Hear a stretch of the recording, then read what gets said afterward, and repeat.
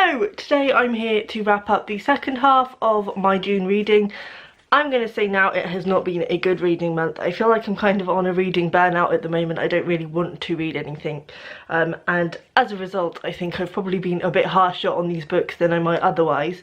But I have read 3 books still, so let's get straight into it. First, I read Jamaica Inn by Daphne du Maurier.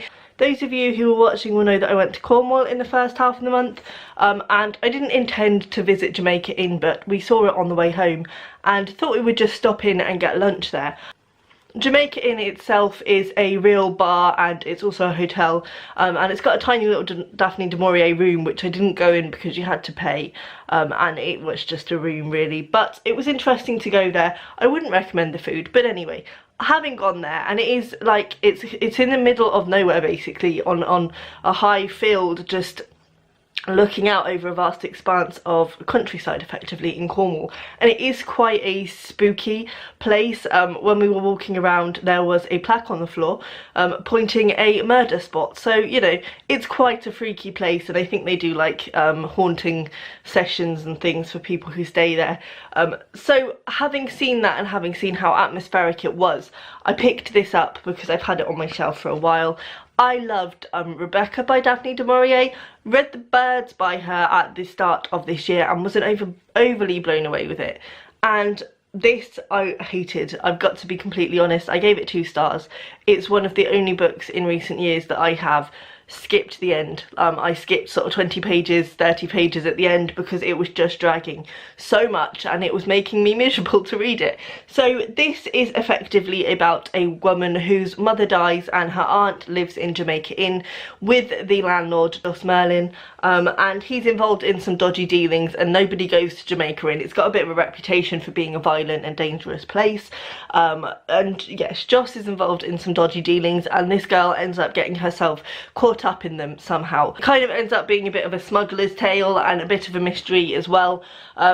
It was so boring, I have to say. I hated it. It was just dull. From the first page to the last page I felt like nothing really happened. Hearing that synopsis you might think it's quite a fast-paced, exciting book.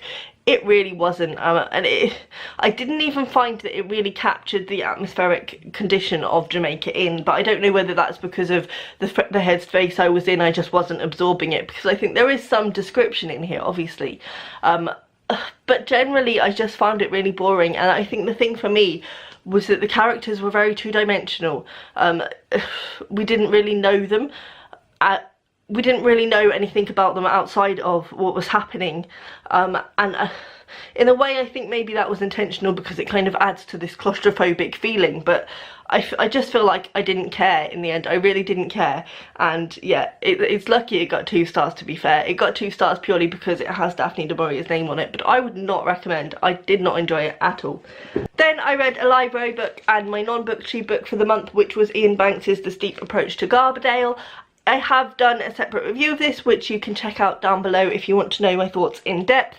Basically, this is a bit of a family saga about family who are the heirs to a large game board company. One of their games has been turned into a computer game, which is highly successful, and an American company want to buy their company off of them, effectively. And it's about predominantly a boy called Alban, who doesn't want the family to sell, and him and his cousin Fielding go on a mission to try and convince everybody to keep hold of their shares. Ultimately this was a bit fast-paced for me. I don't generally like fast-paced books. It was very speechy, and kind of an easy read, but yeah, it didn't overly sit with me. Although that said, having felt how I felt this month with my burnout, I think it was kind of a good book to read because it was easy to read and it didn't take a huge deal of brain power. It basically looks at the family, and it looks at Alban's past with the family because he's kind of a bit of a disgraced family member. And yeah, it was interesting in terms of how it looked at family dynamics and things like that, but ultimately I wasn't overly impressed, which was a bit disappointing because it was my first Iain Banks and I was hoping to enjoy it. But I am still going to give him another go because it wasn't a terrible read, it just wasn't really my cup of tea. And then I finished the month on a higher note. That was with Helen Oyeyemi's Boy A Snowbird. I finished this yesterday, and I have to say, up to halfway through, it was going to be a 5-star read, one of my best books of the year.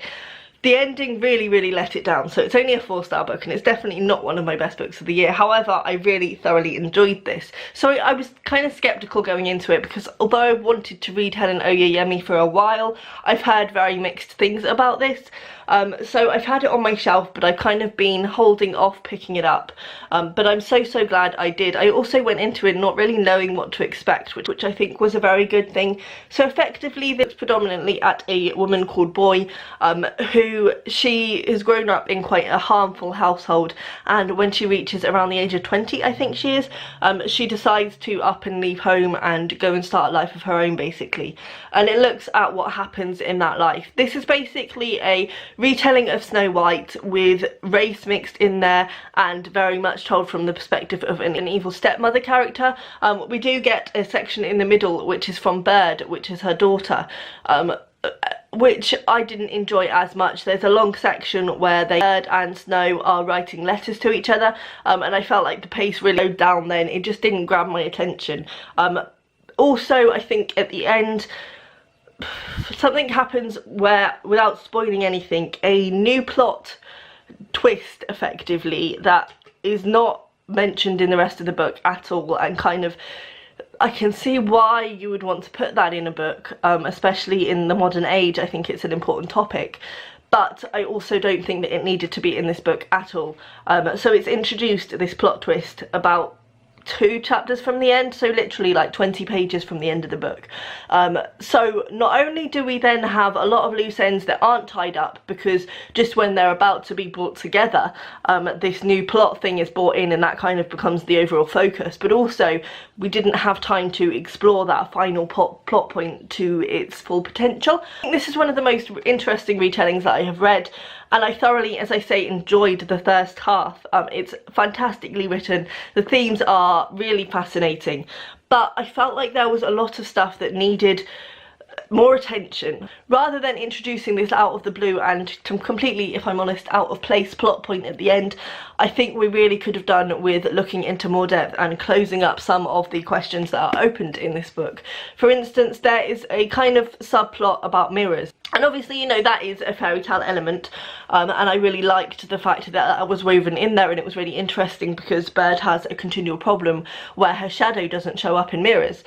But I just feel like it wasn't really explored to its full potential. It was kind of in there, possibly for the sake of being in there as a sort of nod to a fairy tale, but I think it could have been a much more interesting subplot if we went into it a little bit more. Generally, I would recommend reading this. I think Helen Oyeyemi is definitely an author that I will be looking out for in the future. However, I don't think that this is a fully realised book. I think she's an author who has a lot of potential, but perhaps needs to hone her craft a little bit more before she's phenomenal. That said, I did still give this 4 stars. I thoroughly enjoyed it. It was a very unique take on a fairy tale, and I think it explores some really heartbreaking and important themes. That's everything I read in the second half of June. As I say, it has not been great. I kind of think going forward into July, I'm going to give myself a bit of a break from reading because I've just had a bit of enough of books at the moment. So I'm either going to slow down on my reading a bit or just pick up books that I feel like completely reading on a whim. I don't know.